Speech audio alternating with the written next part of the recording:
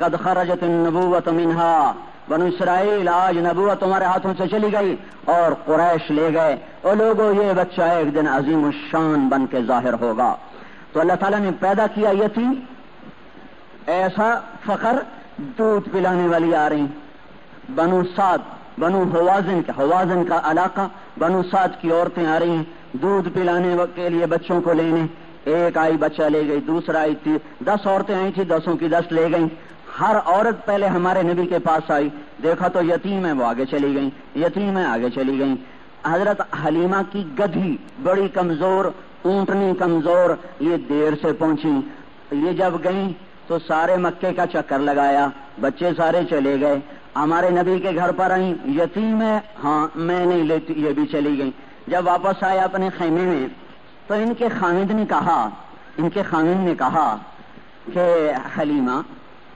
حلیمہ ہم خالی گود کیوں جائیں، کیوں نہ وہ یتیم بچہ لے لیں، چلو ہماری گود کچھ تو ہوگا، ایسے خالی تو نہ جائیں، اگر ہمیں صلہ نہ ملا تو نیکی تو ملے گی۔ کہنے کہ چلو ٹھیک ہے، واپس گئیں۔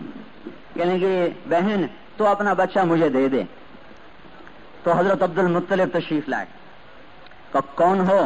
کا بنو سعد سے۔ نام کیا ہے؟ کا حلیمہ، کا بخن۔ سعادت بھی اکٹھی ہو گئی، حلم بھی اکٹھا ہو گیا۔ سعد و حلم، نام سے فال لی۔ ہمارے نبی بھی نام سے فال لیا کرتے تھے۔ حدیبیہ کے موقع پر جب قریش نے اپنا آدمی بھیجا بات کرنے کے لیے تو آپ نے کہا کون آ رہا ہے؟ ان کا جی سہیل آ رہے ہیں۔ کہ سہل اللہ لکم، سہیل سہولت سے ہے نا، کہ اللہ نے تمہارے لیے سہولت کر دی۔ تو عبد المطلب فرمانے لگے سعد و حلم، اچھا سعد سعادت ہو گئی، حلیمہ حلم ہو گئے، حلم اخلاق کو کہتے ہیں، سعد سعادت کو کہتے ہیں۔ کہ واہ واہ واہ واہ، میرے بیٹے کے لیے سعادت بھی اکٹھی ہو گئی، اخلاق بھی اکٹھے ہو گئے، جا لے جا مائی تو لے جا، ہم نے تمہیں دیا۔ حضرت حلیمہ فرماتی ہیں جو ہی میں نے گود میں لیا میری خشک چھاتیاں دودھ سے ابلنے لگی۔ ایک اور بیٹا بھی تھا تو فرمانے لگی میں نے سیدھی طرف سے دودھ پلایا، آپ نے سیرابوں کی پیا، دوسری طرف سے پلایا تو آپ نے پینے سے انکار کر دیا۔ بچپن سے انصاف کا ترازو لے کر آ رہے ہیں۔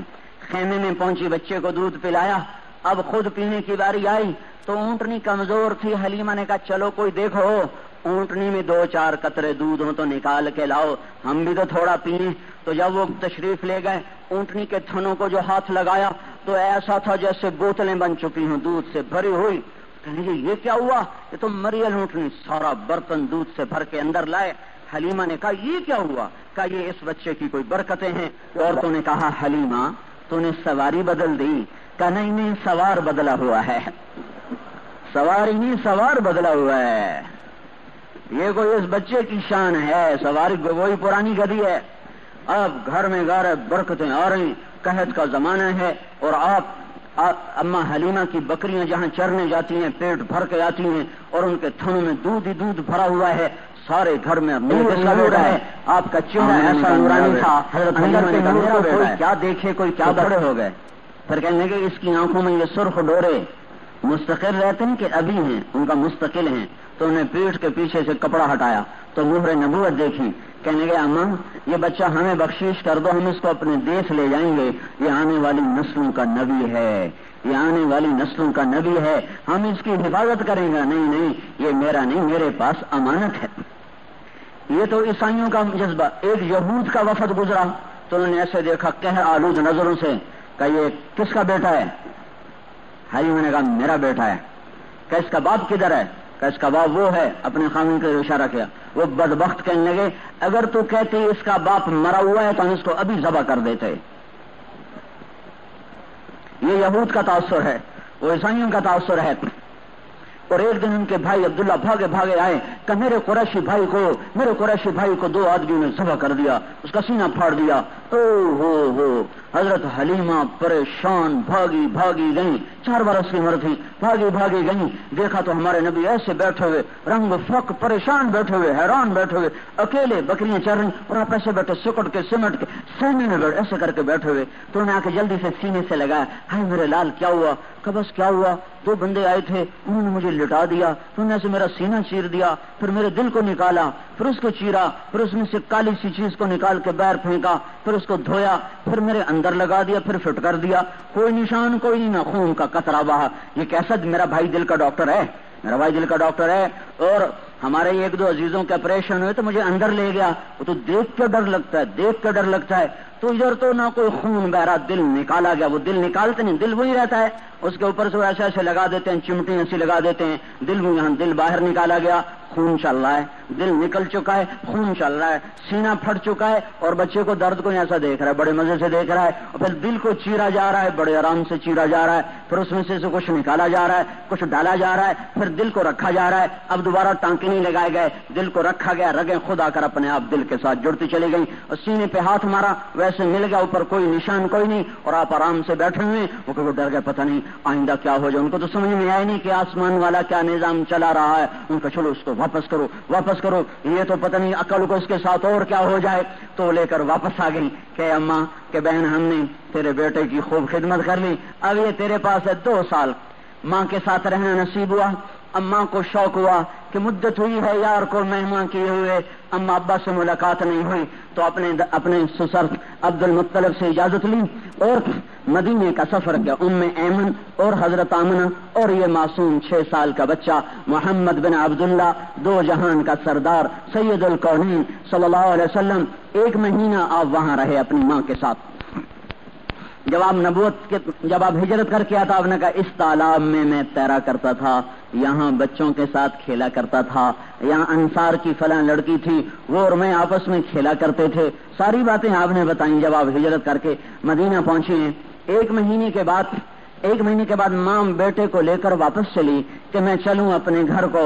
چلتے چلتے ابوا کے مقام پر پہنچی، 3 دن کا سفر کر کے ابوا پہنچی۔ ابوا ایک جنگل ہے، میں حضرت آمنہ کی قبر کی زیارت کرنے گیا، بڑی مشکل سے پہنچا، وہاں کوئی لے کے جاتا نہیں ہے، لوگ ڈرتے ہیں کہ پولیس روکتی ہے، تو ہم کھڑے ہوئے۔ ابوا ایک بستی ہے لیکن قبر مبارک ایک جنگل میں ہے، تو اب لوگ لے نہ جائیں، اب ہم پریشان کھڑے تھے۔ ایک ٹرک والا آیا تو ہم نے اس سے کہا بھائی ہم نے ایسے جانا ہے یار،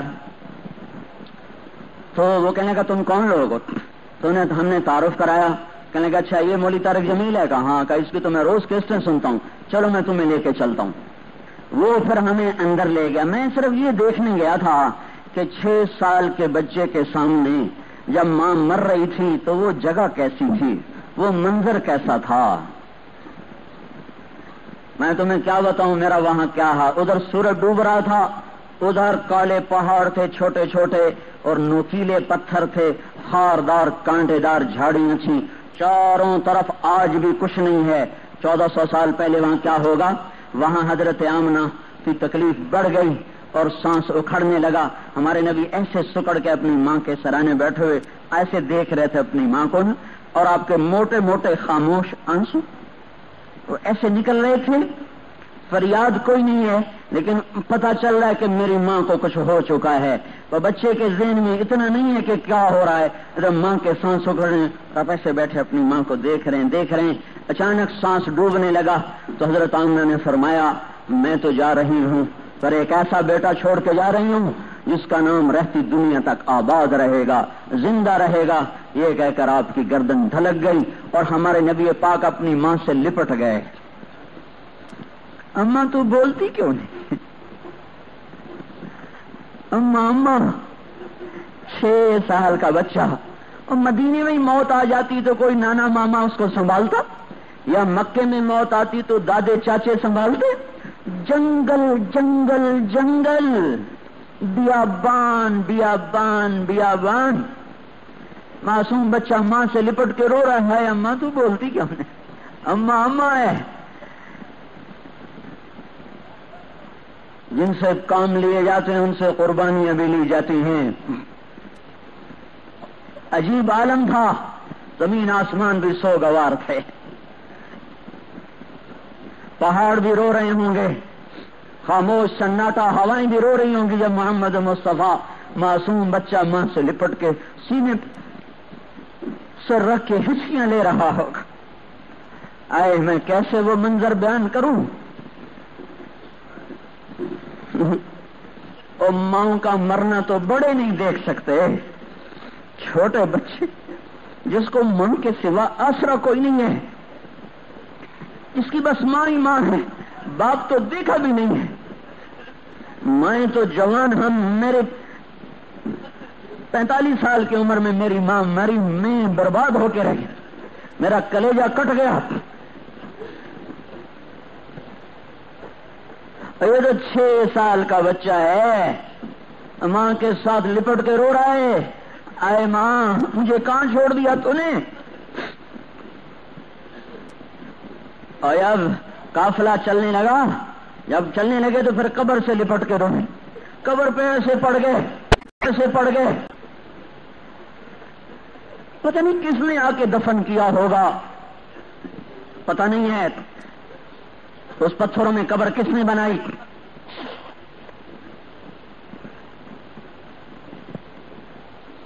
لیکن معصوم بچہ ماں کی قبر پہ پڑا ہوا ہے، میری ماں تو کہاں چلی گئی، مجھے چھوڑ کے کہاں چلی؟ ہاں تیرا اللہ تجھے کافی ہے۔ الم یجدک یتیما فآوا ووجدک ضالا فہدی ووجدک عائلا فاغنی۔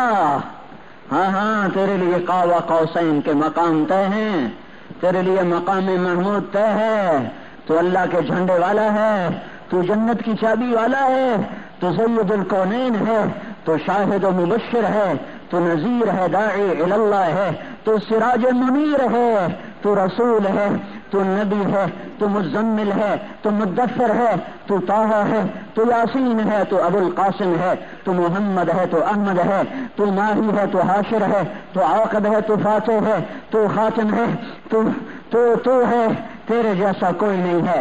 تیرے رب نے تجھے ایسا بنایا کہ ایسا کسی کو نہ بنایا۔ وَأَحْسَنَ مِنْكَ لَمْ تَرَ قَطُّ عَيْنِي وَأَجْمَلَ مِنْكَ لَمْ تَلِدِ النِّسَاءُ خُلِقْتَ مُبَرَّأً مِنْ كُلِّ عَيْبٍ كَأَنَّكَ قَدْ خُلِقْتَ كَمَا تَشَاءُ۔ ایسا نہیں کوئی نہیں۔ اما عائشہ نے کہا یوسف علیہ السلام کو دیکھ کر مصر کی عورتوں نے ہاتھ کاٹے تھے، میرے محبوب کو دیکھتی تو سینے پہ چھریاں چلا کے بیٹھ جاتی۔ آج دیکھو تمہارا معصوم، تمہارا نبی جوانی میں بھی معصوم ہے، بڑھاپے میں بھی معصوم ہے۔ جیسے ماں کے پیٹ سے معصوم پیدا ہوا، ایسے ہی قبر کے پیٹ میں معصوم چلا گیا۔ آج دیکھو وہ کیسے رو رہا ہے، ماں کی قبر پہ گرا ہوا ہے، اور اس کی ہائے ام ایمن ماں بن کے سہارا دیتی ہے، اٹھاتی ہے، آنسو پوچھتی ہے، ان کی ہچکیاں لگی ہیں کی آوازیں ہیں اور سینہ پھٹ رہا ہے۔ ام ایمن بھی اپنے آنسو پی رہی ہے، اونٹنی بھی سوگوار ہے، فضا بھی سوگوار ہے، پہاڑوں پر بھی لرزہ طاری ہے، وہ بھی اندر میں آنسو بہا رہے ہیں کہ آج محمد مصطفیٰ کی معصوم آنکھوں سے گرنے والے آنسوؤں کی کوئی قیمت نہیں ادا کر سکتا، ان کا پوچھنے والا کوئی نہ رہا۔ ماں بھی چلی گئی، باپ پہلے چلا گیا۔ یہ ابوا سے مکے کا سفر سارا اس معصوم بچے نے روتے روتے کیا۔ ہائے ماں،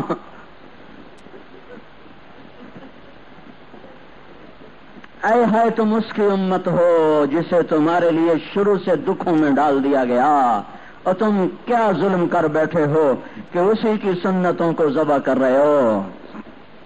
بازاروں کا گانا بجانا کیا کہہ رہا ہے کہ ہاں ہم نے اپنے نبی کی گردن پہ چھری چلائی ہے۔ یہ داڑھیوں کا منڈانا کیا بتا رہا ہے کہ ہم نے اپنے نبی کی گردن پہ چھری چلائی ہے۔ یہ عورتوں کا بے پرد ہونا کیا بتا رہا ہے کہ ہاں ہم نے اسی کے سینے پر خنجر مارا ہے جو 6 برس میں ماں کی جدائی پہ روتا ہوا مکے کو چلا ہے۔ اسے بھٹی میں اس لیے ڈالا گیا کہ اس کے کندھے پر انسانیت کا بوجھ ڈالنا تھا۔ لیکن میں نے کیا کر دیا، آپ نے کیا کر دیا، پٹھان پنجابی عرب عجم نے کیا کر دیا؟ ننگے ناچ شروع ہو گئے، خٹک ناچ۔ پٹھان بھی کبھی ناچا کرتے تھے، خٹک ناچ، پنجابی ناچ، سندھی ناچ۔ مسلمان ناچتا تھا، مسلمان مرد ناچنے کے لیے آیا۔ اس کی عورت وہ ہے جس سے فرشتوں کو بھی حیا آتی ہے۔ پھر یہ عورت بازار میں ننگی ناچے، کبھی فلموں کے پوسٹر تو دیکھو، یہ مسلمان بیٹیاں ہیں، ان کے لیے اللہ کا نبی رویا ہے، ان کی نفرت نہ دل میں لاؤ۔ میں حقارت سے بات نہیں کر رہا ہوں، میں پناہ مانگتا ہوں اللہ سے کہ میں کسی مسلمان مرد عورت کو حقیر سمجھوں۔ ہاں میں اپنا درد بیان کر رہا ہوں. وہ میری بہنیں ہیں جنہیں ننگا کر دیا گیا، وہ میرے بھائی ہیں جو اسٹیج پہ ننگے ناچ رہے ہیں، وہ میرے اپنے ہیں جو شراب پی رہے ہیں، وہ میرے اپنے ہیں جو شراب بیچ رہے ہیں، وہ میرے اپنے ہیں جو سود پہ کاروبار کر رہے ہیں، جو سود لے رہے ہیں اور غریبوں کی ہڈیوں سے ان کا گودا نچوڑ رہے ہیں. وہ میرے اپنے ہیں جو قتل و غارت کا بازار گرم کر رہے ہیں، جنہوں نے زنا کے اڈے کھولے ہوئے ہیں، وہ میرے ہیں. چونکہ وہ مجھے اور ان کو اور مجھ کو کلمے نے باندھ دیا ہے. وہ میرے ایمانی بھائی ہیں، وہ میرے اسلامی بھائی ہیں. میں انہیں حقیر نہیں سمجھ سکتا، پر میں اپنی درد بھری داستان تو سنا سکتا ہوں، میں آہیں تو بھر سکتا ہوں.